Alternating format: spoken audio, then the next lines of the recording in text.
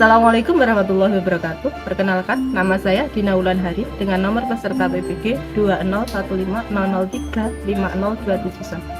Saya adalah mahasiswa PPG dalam jabatan kategori 1 gelombang 2 program studi matematika tahun 2022 di LPTK Universitas Muhammadiyah Malang. Pada hari ini, Senin, tanggal 12 Juni 2023, akan melaksanakan uji kinerja atau UKIN praktek pembelajaran di kelas 10 mata pelajaran matematika dengan materi jangkauan interkuartil. Saya mengajar di SMK Negeri 1 Pagerwajo, Tulungagung, Jawa Timur. Terima kasih. Wassalamualaikum warahmatullahi wabarakatuh.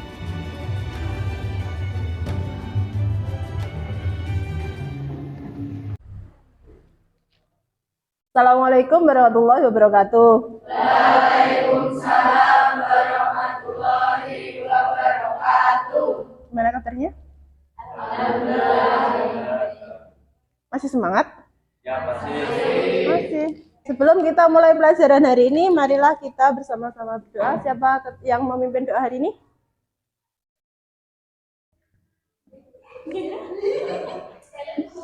Oke, Helen.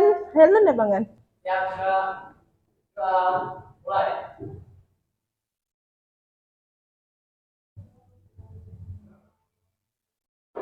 Sudah selesai. Oke. Alhamdulillah kita bisa ketemu lagi hari ini dalam keadaan sehat. Ada yang sakit? Siapa? Wahyu. Oke, saya absen satu-satu.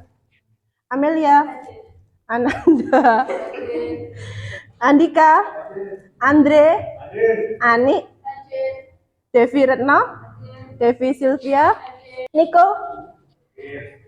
Putri Novita, Ratna, Riris, Rizka, Cindy, Siska Wulan, Vita, Fitri. Oke, alhamdulillah. Berarti yang hari ini hadir ada berapa orang? 30 orang ya? Oke, nyegarkan suasana aja seperti biasa. Ada yel-yel untuk akuntansi? Belum. Kalau gitu ya sekolah aja. Semangat pagi. Pagi luar biasa.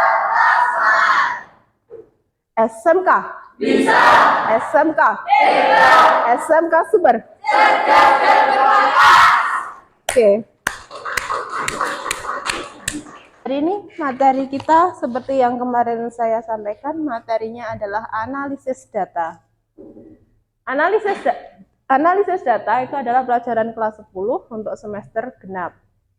Kita coba. Sebelum analisis data, yang kelas 10, yaitu materinya jangkauan kuartil dan jangkauan interkuartil, coba kita ingat kembali pelajaran waktu SMP. Ada yang namanya min, walaupun sampean sering panggilnya mean, gak apa-apa dipanggil aja. Ada yang ingat apa mean atau min? Nilai rata-rata. Nilai rata-rata, atau kadang juga disebut dengan rataan.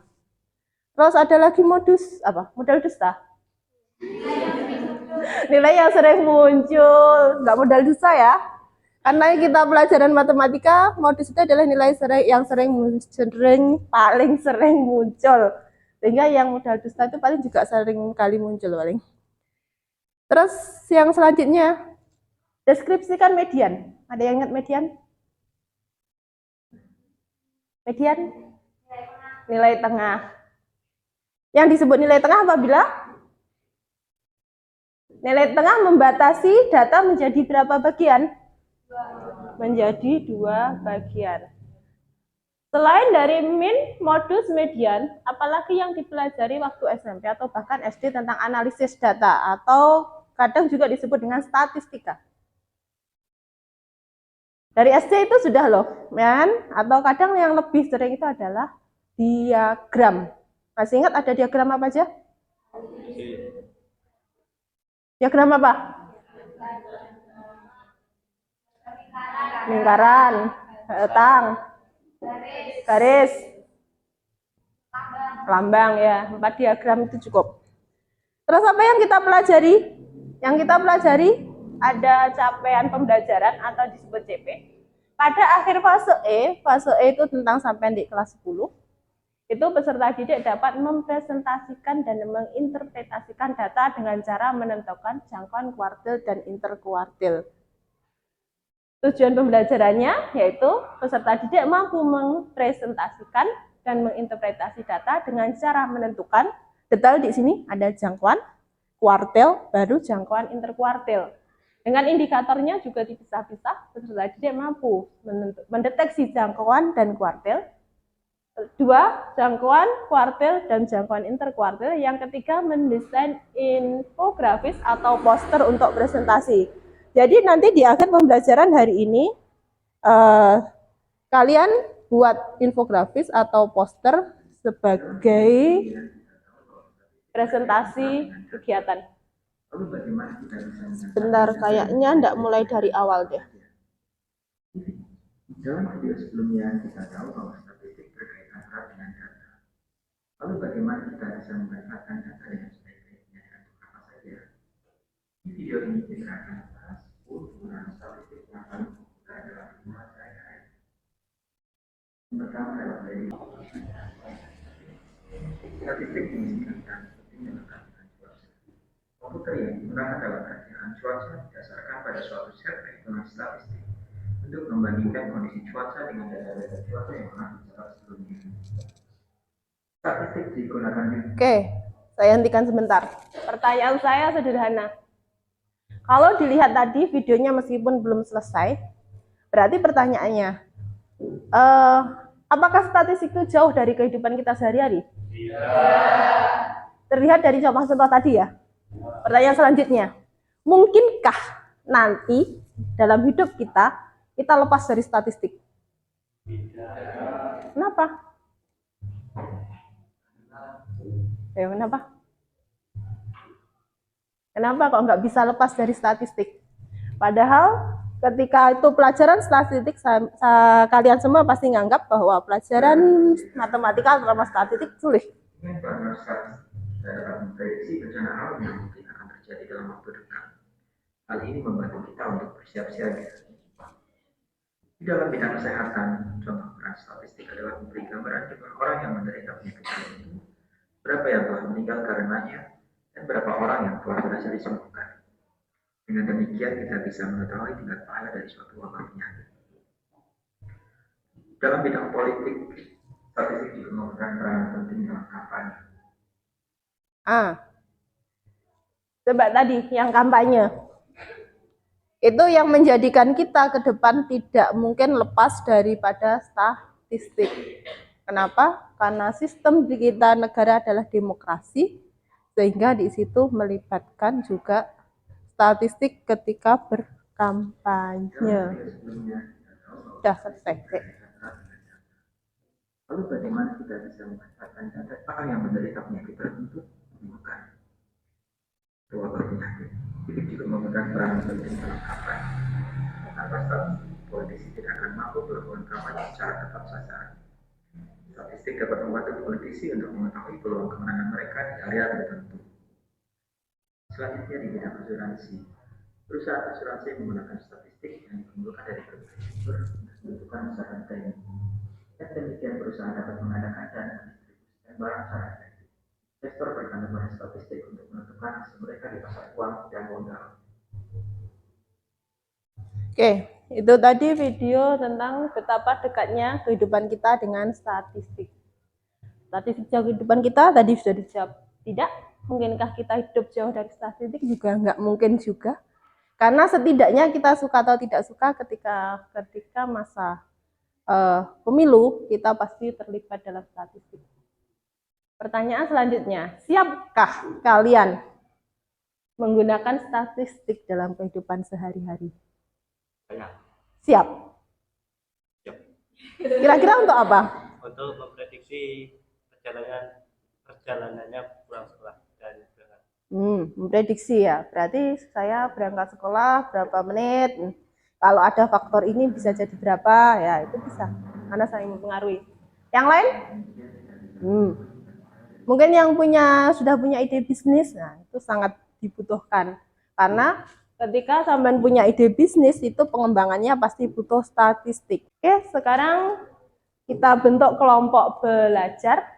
Caranya sederhana, kita berhitung dari depan apa dari belakang? Depan sana, kiri apa kanan? Kanan. Oke. Mbak, berhitung setiap 1 sampai 6 kembali ke 1. 6.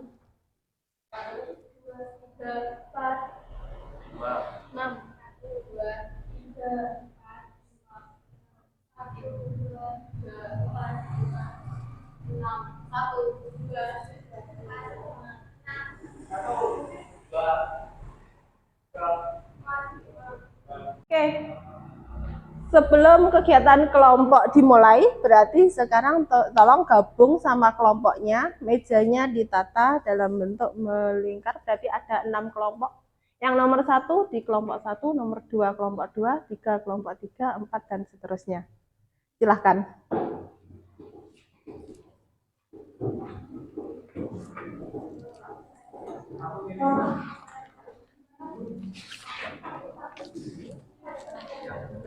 Gabungkan aja mejanya, nggak apa-apa dalam bentuk melingkar. Ya kan nggak apa-apa, misalkan sini depan sama yang belakang, nah sini depan sama belakang kan enak toh, daripada ngangkat bangkunya. Sini juga gitu, depan sama belakang, jadinya Yo, kalau sudah kita lanjutkan. Karena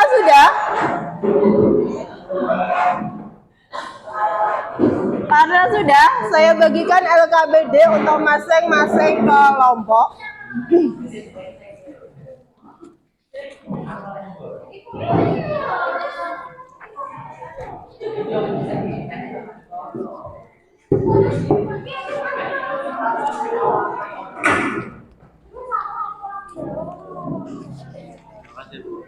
Ya, sama.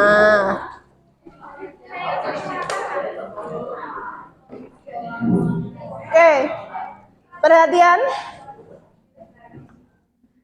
perhatikan LKPD-nya. Ini contoh gambar diagram garis yang tidak hanya terdiri dari satu garis. Ya. Petunjuk pengisian LKPD. 1. Tulis nama anggota kelompok. Ada tempat yang disediakan. 2. Baca dan pahamilah LKPD sebelum mengerjakan. Jadi, kalau ada soal dibaca dulu, literasi dulu. Selanjutnya, ikuti setiap langkah itu sudah tercatat di dalamnya. Jangan lupa baca bahan ajar, tadi sudah dikirim. Atau boleh scan barcode yang ada di sebelahnya. Setelah itu, diskusikan dengan anggota kelompok dalam mengisi LKPD. Dan apabila ada kesulitan, silahkan tanya. Ditulis nama orangnya. Iyalah, ini tulis nama orangnya, ini diisi. Nanti kalau ada yang kedua keluar, yang 3 mengerjakan permasalahan 1. Gimana ngerjakannya? Bahan ajar buka.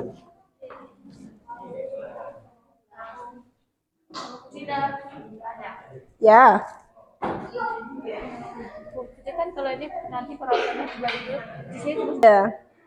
Saya kasih tempat lebih untuk jaga-jaga aja. Berarti misalkan 2 sampai ke siapa namanya, nanti yang presentasi dari awal sudah dipersiapkan, bagian yang ngomong, yang mendesain berarti dari awal mungkin sudah buka Canva dan sebagaimana. Nanti ketika yang 2 mencari data, maka yang lain selesaikan permasalahan 1. Ketika nanti kembali, selesaikan permasalahan 2. Untuk semuanya, kalau misalkan waktu buat infografis atau poster, butuh foto temenmu waktu ngambil data juga nggak apa-apa. Misalkan di depan perpustakaan gaya dikit ya, dipasang untuk posternya juga nggak apa-apa. Oke, silakan. Yang di dalam silakan selesaikan permasalahan 1.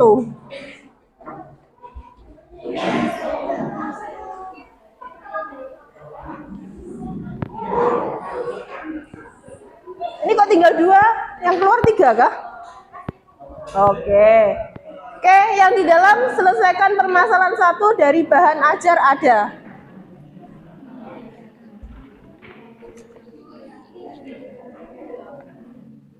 Sampean buka materi nih.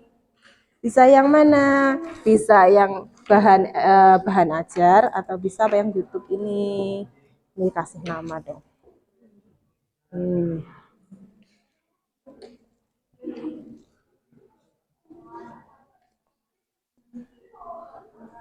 Itu kuartil dibuka langkah-langkah.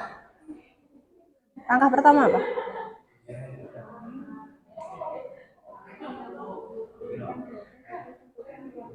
Yang kedua, langkah kedua apa? Langkah-langkahnya Mbak, yang tulisan langkah-langkah A, B, C, bukan soal, langkah-langkah. Nah, yang berarti ditentukan dulu Q2-nya, bukan Q1 atau Q3. Dari data yang diurutkan, yang tengahnya yang mana? Coba dilihat. Dibantu ya Mbak. Nah. Oke, kalau itu sudah selesai, data yang didapat dari luar silahkan kerjakan lagi bareng. Waalaikumsalam. Oke, untuk yang sudah kembali dari luar, silahkan diselesaikan bareng-bareng sama kelompoknya. Aturannya sama seperti yang nomor 1. Jadi kalau ada permasalahan, silahkan diselesaikan bersama. Sekaligus langsung desain foto infografisnya ya. Bentar. Apa? Masih ragu? Ini kan tidak diselesaikan kenapa? Jumlahnya kan semua. Oh, berarti semuanya ditulis. Kan diurutkan. Mulai tanggal. Diurutkan. Urut dari data terendah, bukan dari tanggal. Diurutkan, iya. Oke, dari hasil diskusi kalian hari ini, maka kita mulai untuk dipresentasikan gantian masing-masing kelompok. Dimulai dari kelompok mana? Itu yang punya itu.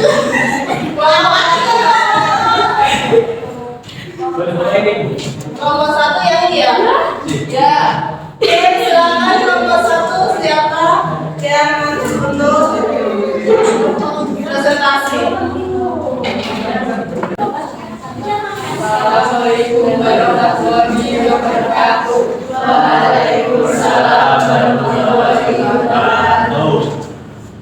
Di sini saya akan mempresentasikan tentang hasil analisis data pengunjung perpustakaan selama bulan Mei 2023. Pada tanggal 2 Mei, pengunjung perpustakaan ada 23 siswa, tanggal 3 31 siswa, tanggal 4 mengalami penurunan yaitu 25 siswa, tanggal 5 mengalami penurunan 11 siswa. Tanggal 8 mengalami kenaikan 26 siswa, tanggal 9 29 siswa, tanggal 10 30 siswa, kemudian tanggal 11 mengalami penurunan 5 siswa, tanggal 24 mengalami kenaikan 24 siswa, tanggal 15 21, tanggal 16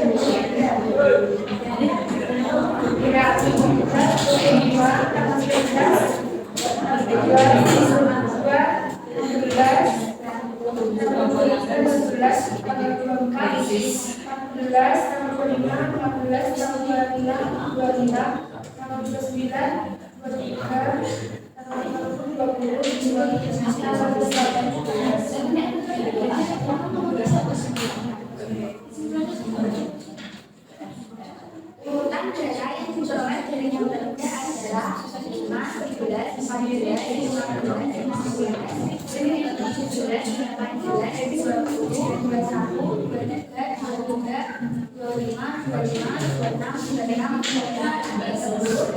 25, 26, 26, 34. Jangkauan 29, kuartil bawah 15,5, kuartil tengah 23, kuartil atas 31. Jangkauan interkuartil 15,5, simpangan kuartil 7,75, pagar dalam negatif 7,75, pagar luar 54,25, pensilan tidak ada.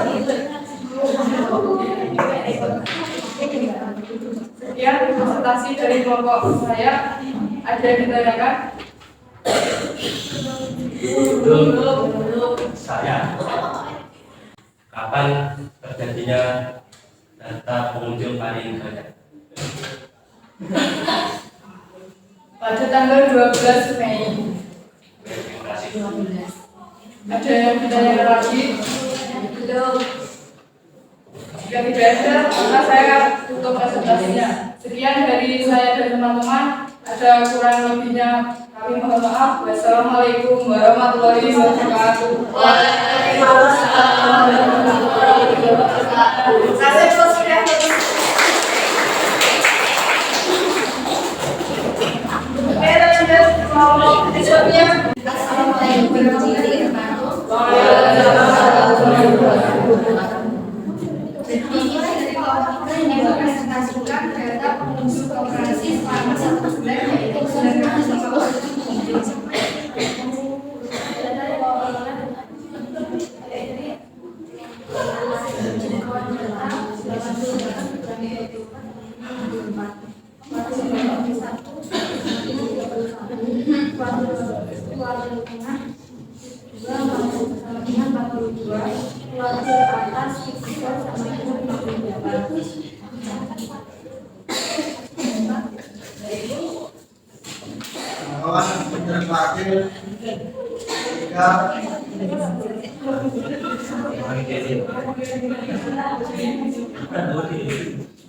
Kalau konservatif 27, simpati kuartil 27, pasar dalam ini 9,5, pasar luar 98,5.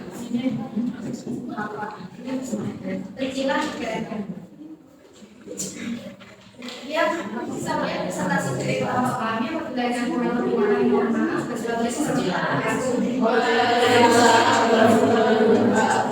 Plusnya.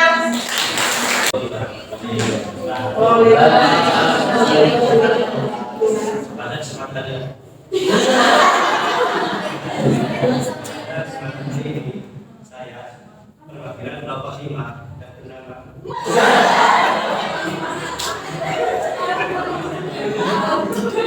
pada kesempatan ini saya kelompok 5 mempresentasikan tentang data pengunjung salam PKN. Jadi jumlah pengunjung selama bulan Mei yang diperkirakan adalah sebanyak 89. Ada pengunjung yang paling banyak adalah sebanyak 10 pengunjung yang jadi pada tanggal 22 dan yang paling sedikit yaitu pada tanggal 4, 12, 17 dan 29 itu sebanyak 2 pengunjung.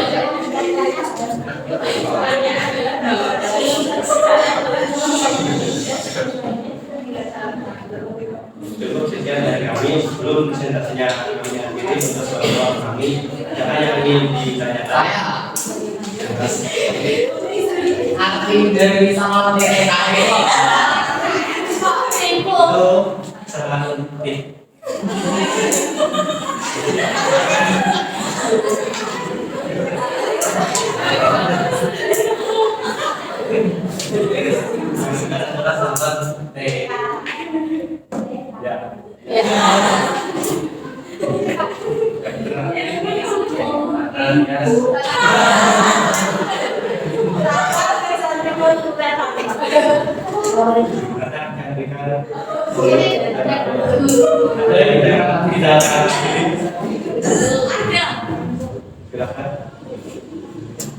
Membicarakan tentang kuartil, saya di sini tanya apa yang dimaksud dengan kuartil? Kuartil. Ya.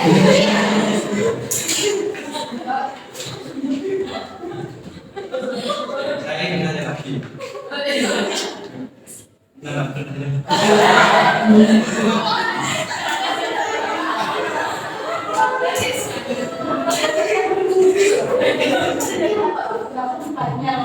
Karena saya untuk jawaban Anda. Siap, dilaksanakan. Kuartil adalah salah satu jenis kuartil yang membagi data menjadi 4 bagian dengan jumlah yang kurang lebih sama. Kuartil pertama atau nilai kuartil bawah, Q1 merupakan nilai tengah antara nilai terkecil dan median dari kelompok data. Cukup, para sudah kelas. Baik, ada yang ditanyakan lagi? Cukup sekian dari kami. Jika ada salah kata, salah ucap dan sebagainya, kami mohon sebesar-besarnya. Terima kasih dan assalamualaikum warahmatullahi wabarakatuh. Oke. Terima kasih untuk semua presentasi.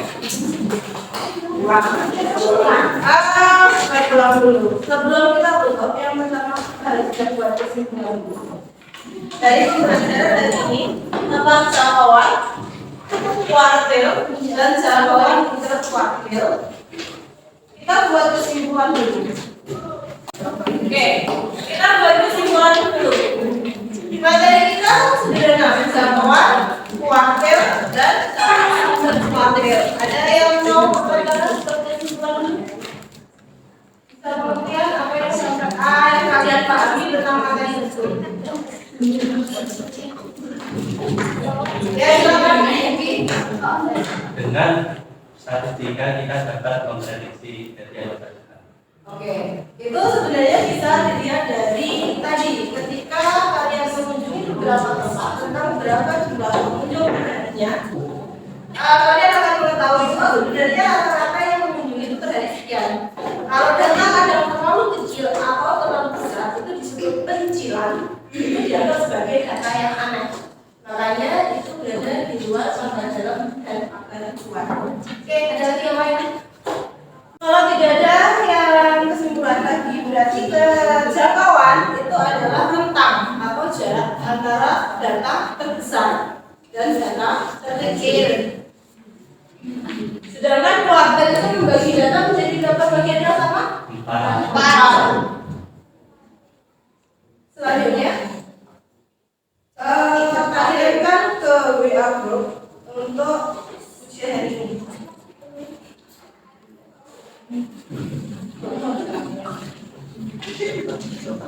Silakan bisa sebentar dengannya untuk mengakses slide box sebagai asesmen untuk materi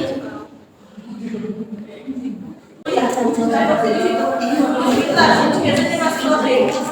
Habis muncul kotak-kotak untuk isi itu baru.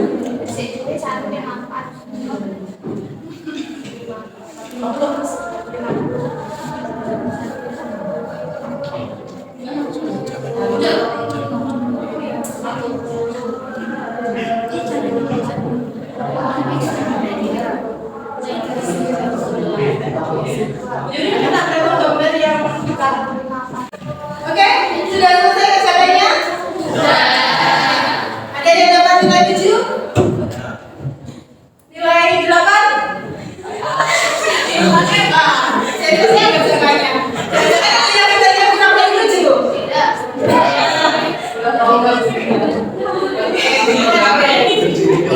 Dan kualitas presentasi saya bisa cek langsung di email. Sekarang nih, yang terakhir kita refleksi tentang pelajaran apa yang menarik dari pelajaran dari ini? Berdasarkan permasalahan saya pastikan tidak harus perlu dari buku atau dari apa sampai dari sejarah itu kan bisa menjadi sebuah. Oke, beberapa jalan dulu. Apa yang menarik dari pelajaran dari ini? Katakan. Ya, silakan. Oke, ada yang lain? Dapat merasakan menganalisis data secara langsung bukan hanya terkait soal saja. Oke, yang lain? Ya, silakan. Dengan statistika kita bisa menjadi superhero.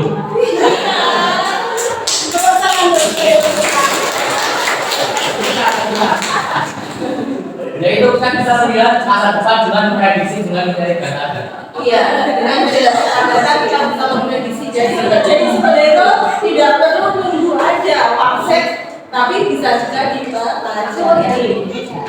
Nah, apa hal terpenting yang dipelajari hari ini? Ya, Ilmu saya pertama.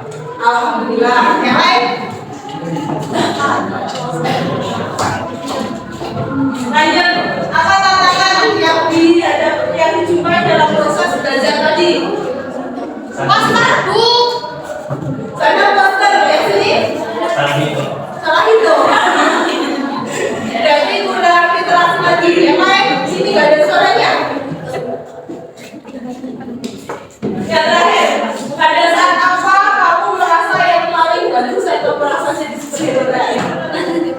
menghitung. Menghitung. Good. Yang lain? Rasa paling bagus saat apa? Presentasi. Ada?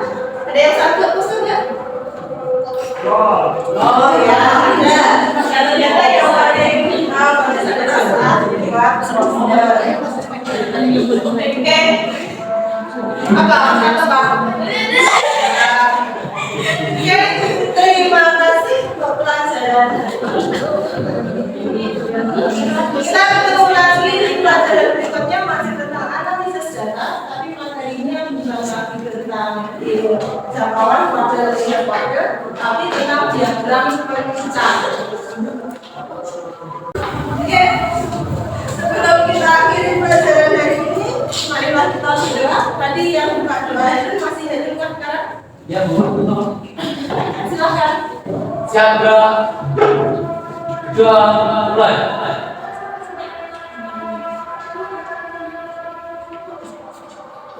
Berdoa selesai.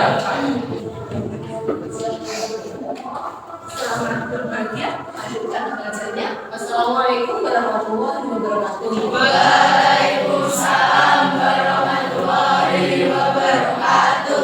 Beri salam. Terima kasih, Bu.